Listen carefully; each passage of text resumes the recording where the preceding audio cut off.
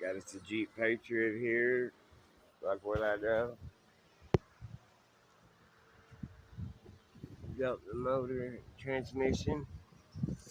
Got a mount on the back. Mount up front.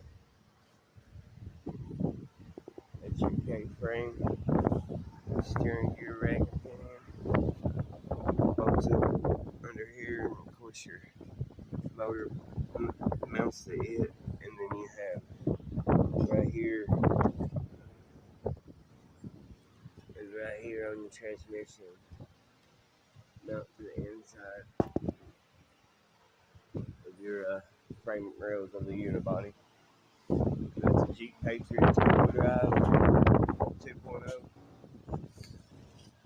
Really simple to do, but just wanted to make a short video here showing that. You drop your K-frame, get it out of the way, then you set your motor down, take your body mounts out, unhook everything real good, and then raise the body up.